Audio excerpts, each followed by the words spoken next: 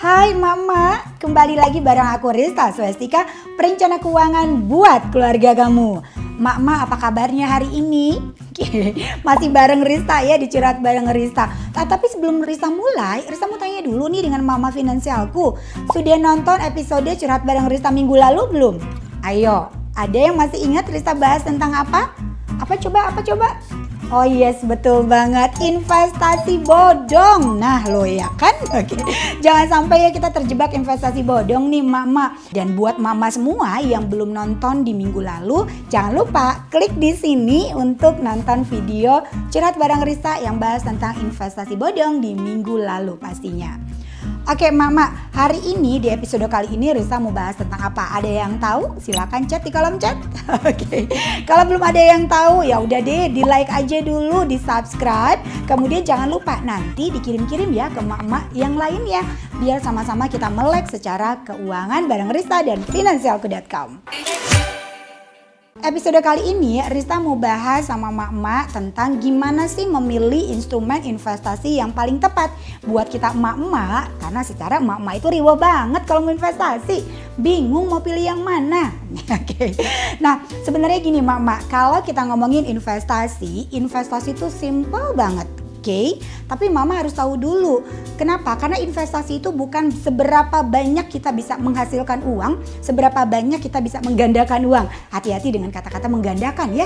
Saat ini kita bukan lagi bicara tentang mesin pencetak uang. Tapi seberapa tepat kita bisa menghasilkan investasi tadi untuk mempercepat tujuan keuangan kita. Jadi bukan bicara seberapa banyak keuntungannya, tapi seberapa tepat yang disesuaikan dengan tujuan keuangan kita masing-masing. Karena tujuan keuangan setiap keluarga atau bahkan setiap pribadi orang itu berbeda-beda. Nggak bisa tujuan keuangan Rista, instrumen investasinya pakai instrumen investasi Mama semua. Karena tadi kita berbeda. Nah, kalau berdasarkan waktu, investasi itu dibagi menjadi 3 nih Mama. Ada jangka pendek, ada jangka menengah, dan juga ada namanya jangka panjang. Oke, ketiga ini tuh apa sih Riz? Jangka pendek itu apa? Jangka menengah itu apa? Dan jangka panjang itu apa? Riz akan bahas di episode kali ini. Udah siap? Oke, kalau gitu jempolnya jangan lupa like dulu dong. Mama, ngomongin yang pertama, kita tentang tujuan jangka pendek.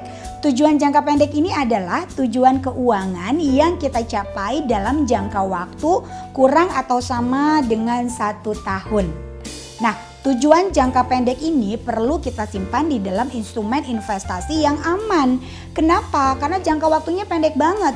Kurang lebih itu hanya 1 tahun. Jangan sampai ketika emak-emak semua mau pakai duitnya, duitnya nggak aman deh. Contoh investasi dari jangka pendek ini, emak-emak semua bisa masukin ke dalam reksadana pasar uang. Kenapa? Karena sudah pasti grafiknya lurus-lurus aja dan gak terlalu ekstrim. Aman banget buat mencapai tujuan emak-emak, tujuan keuangannya yang jangka pendek. Nah, yang kedua kita sebut dengan tujuan jangka menengah. Di mana tujuan jangka menengah ini adalah yang waktunya di antara 3 sampai dengan 5 tahun. Di sini emak-emak boleh berinvestasi yang agak sedikit lebih agresif dari tadi si reksadana pasar uang pada tujuan keuangan jangka pendek.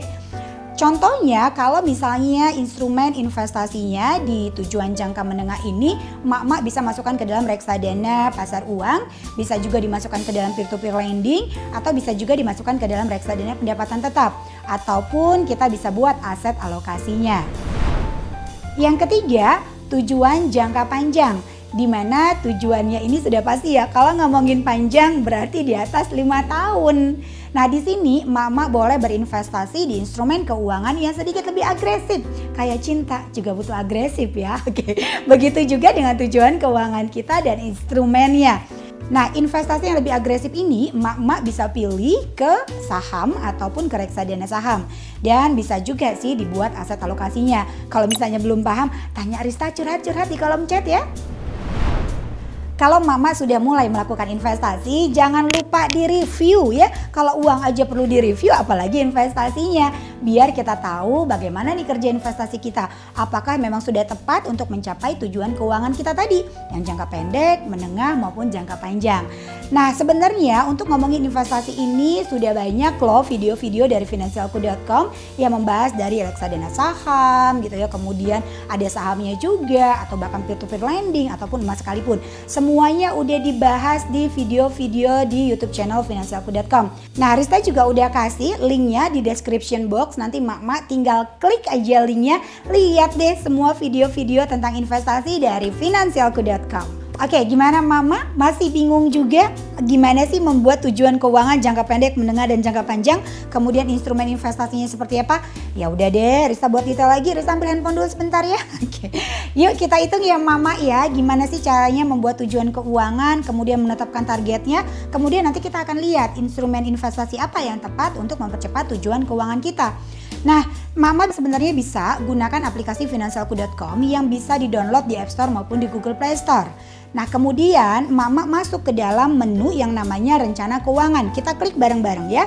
Kita masuk ke dalam menu rencana keuangan, kemudian di kanan atas itu ada tanda plus.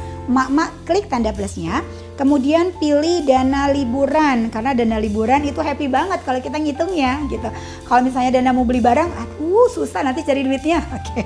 Ya, contoh nih kita mau liburannya misalnya ke Bali. Mama tinggal tulis di situ Bali ya. Kemudian berapa nih biaya tur paket perjalanannya? Contoh karena perginya pengen bareng-bareng sama keluarga, biayanya 4 juta. Kita klik lagi di situ angka 4 juta ya. Nah, kemudian ada biaya akomodasi dan penginapan. Kira-kira kita butuhnya berapa? Oke, karena kita di sana mau lama juga, kita masukin deh angkanya 3 juta. Kemudian masuk, ya kali udah jalan-jalan terus kita nggak makan ya. Oke. Biasanya budget makan juga agak bengkak nih, karena kita mau yang namanya kulineran nih Mama. Kita masukin di situ budget untuk makan 4 juta ya. Oke. Nah, kemudian ada tambahan biaya nggak nih? Mau bawa oleh-oleh nggak buat para tetangga, para keluarga, saudara? Yuk kita masukin ya oleh-olehnya. Di situ ada menu tambahan biaya. Kita klik anggaran oleh-oleh. Oke, Mama mau nganggarin berapa nih oleh-olehnya? Contoh misalnya 2 juta deh buat oleh-oleh karena keluarga kita banyak banget. Kemudian berapa lama lagi nih Mama akan pergi? Misalnya 12 bulan ke depan Deris udah penat banget pengen liburan ke Bali. Kemudian dana yang tersedia saat ini berapa? Contoh, nggak ada dana sekali Deris, masih 0 aja. Ya udah yuk kita namanya juga memulai berinvestasi. Nah, kemudian kenaikan dananya itu adalah 10% biayanya karena kan kita perginya masih 12 bulan nih. Kemudian kenaikan atau estimasi dari hasil yang kita investasikan selama 1 tahun tadi. Kita masukin aja misalnya di angka 4%. Yuk kita hitung.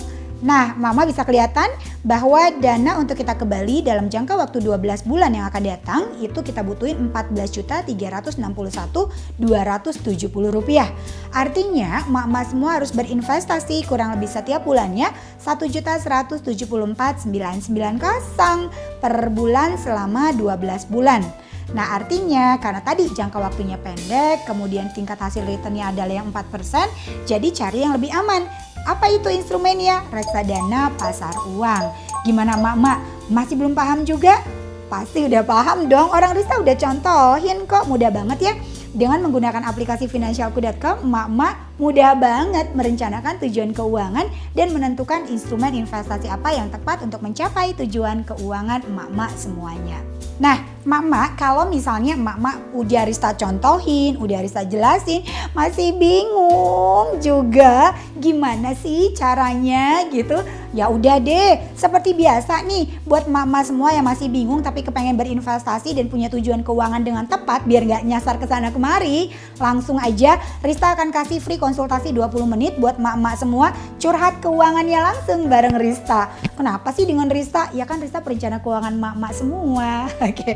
Nah, linknya nanti Mama tinggal klik aja link di description box-nya. Nanti Mama bisa langsung terhubung dengan Rista. Kita akan curhat selama 20 menit ngomongin tentang keuangan keluarga kita pastinya. Oke deh Mama, segitu dulu episode kali ini. Dan pantengin terus ya curhat bareng Rista. Kenapa? Karena episode minggu depan Rista mau bahas tentang dana pendidikan anak. Ayo, siapa yang udah mulai pusing dengan dana pendidikan anak? Anak 1, anak 2, anak 3, tapi bukan anak tetangga ya. Oke. Nah langsung aja jangan lupa juga untuk like, subscribe, dan kirim semua video-video curhat bareng Rista kepada emak-emak semua. Kenapa? Karena waktunya emak-emak mulai berdaya, keuangan terjaga, keluarga sejahtera bareng Rista dan Finansialku.com.